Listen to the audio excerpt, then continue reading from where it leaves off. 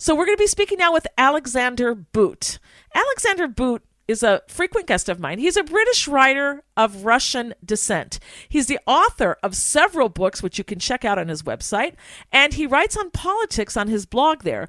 And he knows Russia intimately, having been born and raised there and eventually chased out by the KGB.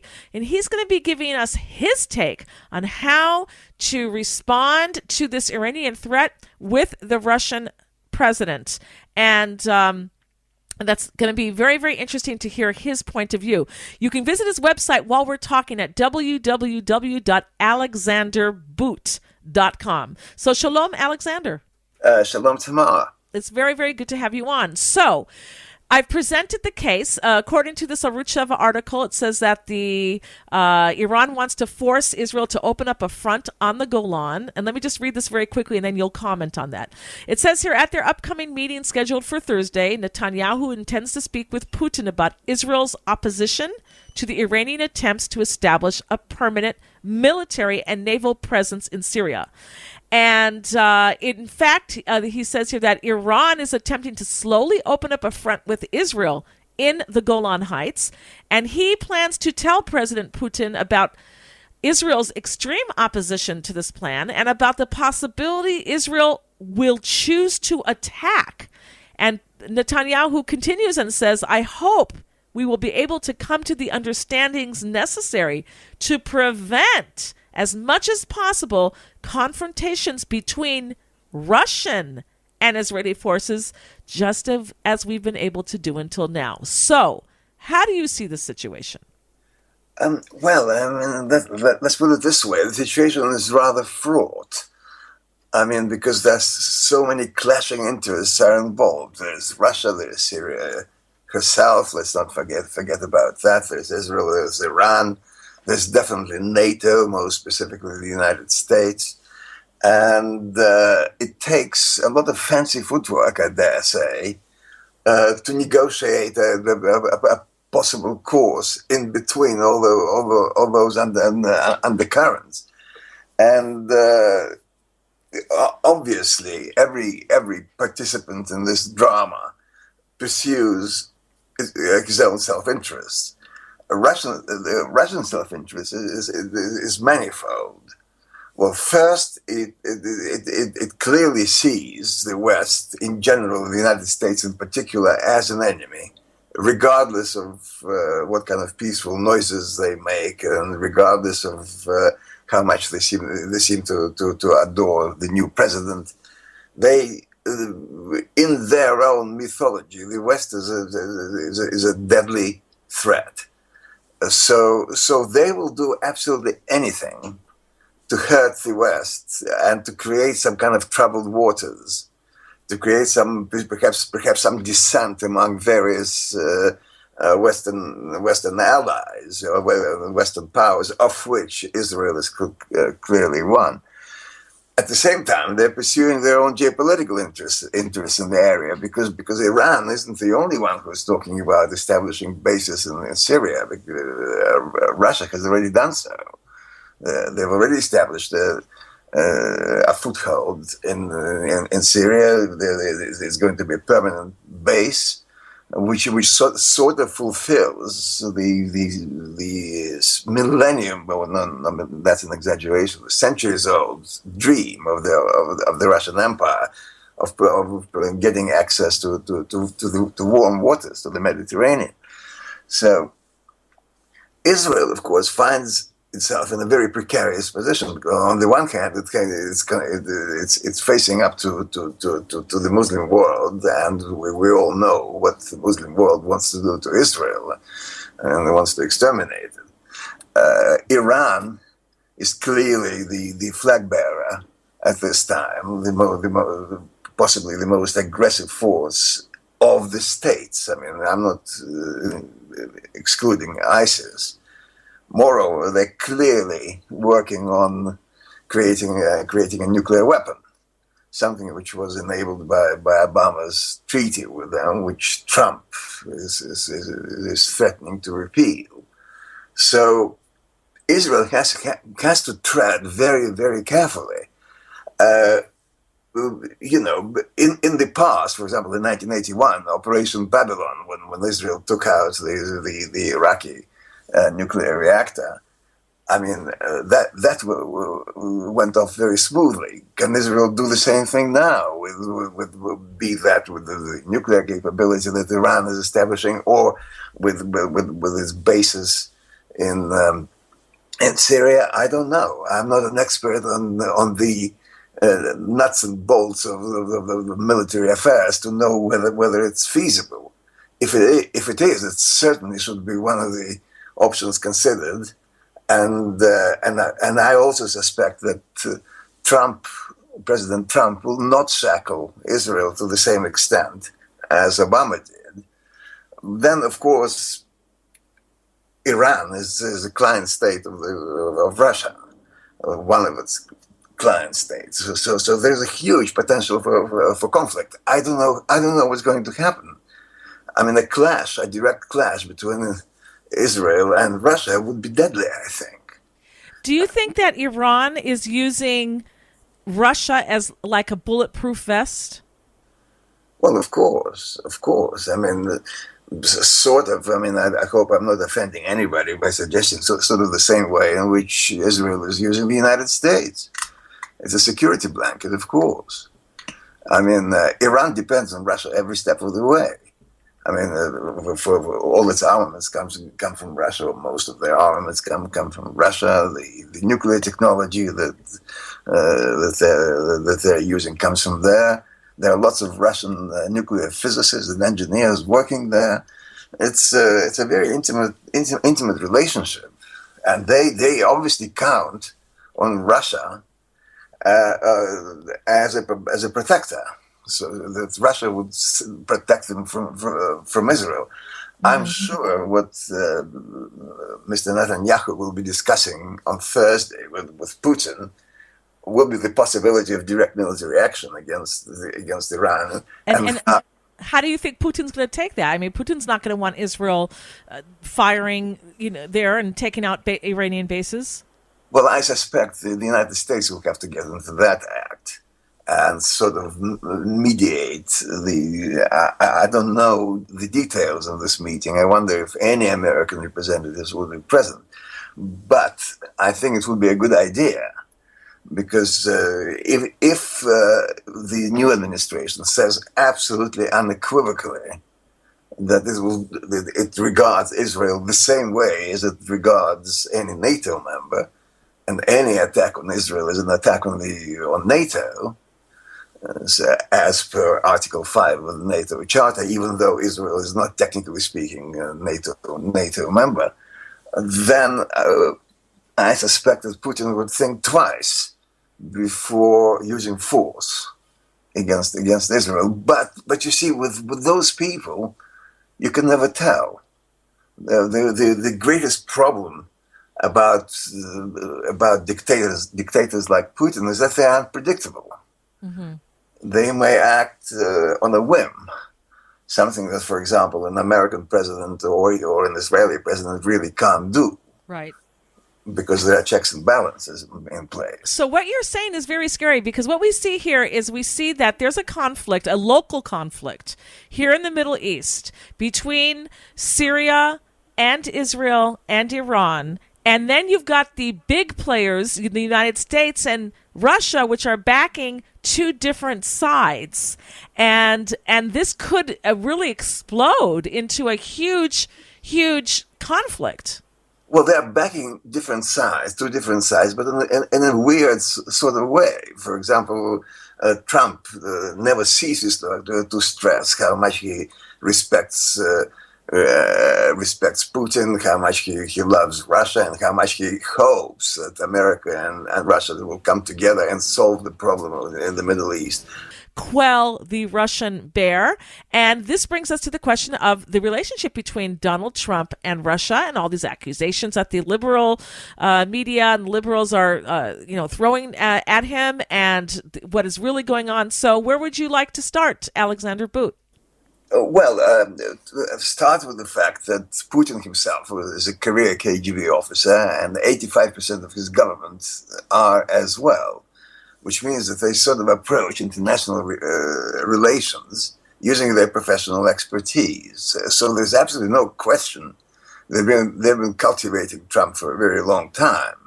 Whether they've succeeded in cultivating him or not is a different matter. But not so long ago, Trump's son actually said that the disproportionate amount of our income comes from Russia.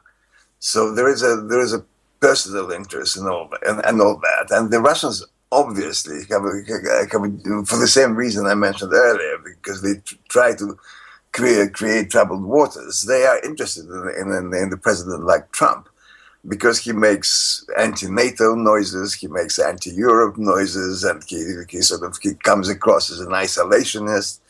And of course, the Russians stand to benefit hugely if the United States were to remove itself from the global arena. Now, and we all know about the troubles that the Trump administration has had in relation with Russia. The national security advisor had to resign over questionable links. The attorney general may very well do so in the future, and so on and so forth. But of course, what matters here is not just Donald Trump's relations with Putin, but America's relations with Russia. And unlike Putin, Donald Trump is not a dictator. I mean, clearly the mood on the Hill, on the Capitol Hill, is not pro-Russian at all. And within his own party, within the Republican Party, the fear is very real of Russian expansionism and all that. Interestingly, when there were huge celebrations all over Russia when Trump was elected, there was an almost indecent spectacle in the Russian parliament, in Duma, over it. They would break champagne and have toasts and all that. Over the last fortnight, when Trump has begun to sound like an American president rather than just Putin's friend, all mentions of Trump in the Russian media have stopped. I mean, Trump has become sort of a persona non grata in the media. Whether there's something real behind it or not, I don't know. Anyway, if it can be proved that he is not acting as a free agent in relation to Russia, then we're talking not about corruption, but we're talking about a capital crime. And we're not talking about impeachment, we're talking about imprisonment and a charge of treason. However, nothing like that has been proved. And until it has been proved, it's best not to talk about it and wait. But that the United States have a stake in the Middle East. Well, you said local conflict involving Iran, Syria, and Israel, and what have you. I wonder if any serious conflict in the Middle East can be strictly local, in that the Middle East has for at least half a century longer actually been used as a battleground on which various vast interests clashed. My country, the United Kingdom, was involved there, as you very well know, and Russia always supported the Arab aggression against Israel, right. And the United States has always supported Israel, and so on and so forth. So the Middle East, significant as it is in itself, also acts as a sort of a focal point of global politics.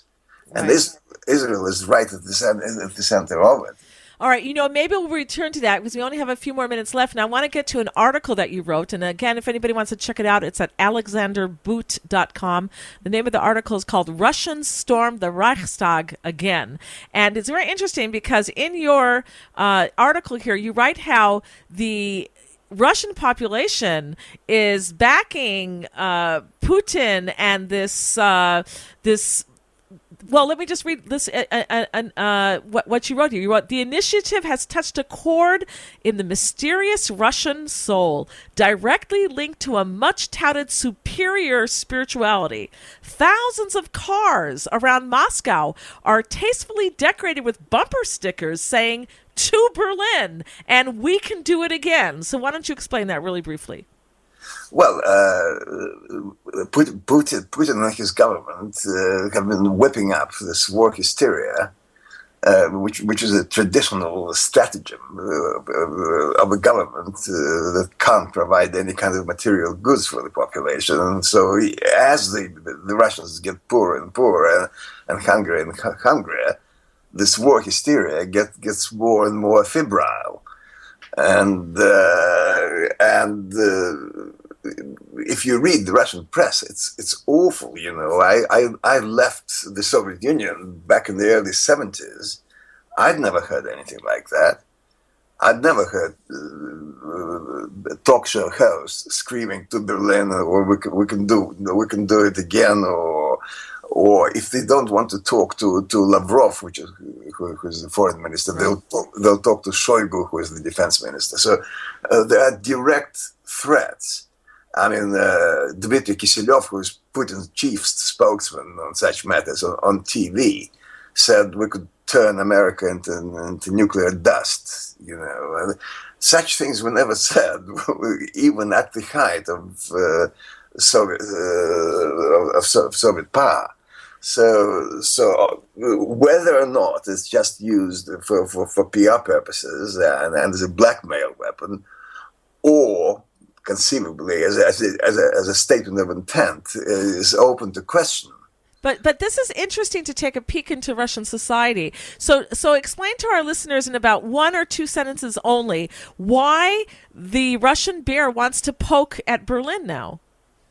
Well, they probably don't. What they've done, they've built a full-scale model of the Reichstag, which is the parliament building in Berlin, and they use it to fine-tune their urban warfare tactics, how to storm that. Well, they have to have a target in front of them. The United States is one, always in the background, but Germany speaks to the heart of the Russians, because the Russians talk about the Second World War. Yeah, they suffered under the Germans, right. Yes, but you're saying it could easily have been the White House that they're practicing storming. Just as easily, yes. So, I mean, interesting. The hostility to the United States in the press is amazing. I mean, again, it's nothing new. I mean, the Soviet Union was hostile to the United States as well, but not to the same extent. That's what I'm saying. I mean, the same hysterical pitch that comes across is decidedly new. So tell us this, Alexander, before we go. We see Russia, at least let me just say through my eyes, I see Russia as this big, giant, strong entity that is like a bear. And they don't care if they get hurt too much, because they will rise again, and they are bold. And we see that they're, you don't play with them, because they will hit, and they don't care about PC, politically correct, being politically correct. They don't care. So saying that, and bring this back to Israel again, when Prime Minister Netanyahu meets with the Russian President Putin, how should he handle this issue with Iran? Just in a couple of sentences. I would suggest he should handle it with firmness. I don't think the Russians understand any kind of oblique references to history or anything like that. The only thing they do understand, this government understands, is the language of force. So if Netanyahu comes across communicating resolve and decisiveness, and if he makes it absolutely clear that Israel cannot afford to have Iranian bases right on its doorstep, then Putin might take a step back and sort of ponder the situation more deeply. So I would say with a lot of firmness, a lot of resolve, but not to the point of brinkmanship. Okay, and so somebody here in our chat room is asking, I don't know if you know the answer to this. He says, Mahmoud Abbas from the Palestinian Authority is asking Putin to stop Trump from moving the embassy. Is this true? Oh yes, of course, yes. That's they're appealing to the Russians as well because they see themselves, and with some reason, also as a client of Russia. Yes, they're doing that. Wow. Well, this is very, very interesting. Again, I want to tell everybody you can visit Alexander Boot's website at www.alexanderboot.com. You've been listening to Tamar Yonah Show here at Israel News Talk Radio. Thank you for being with us, and thank you, Alexander Boot, for joining me on the show.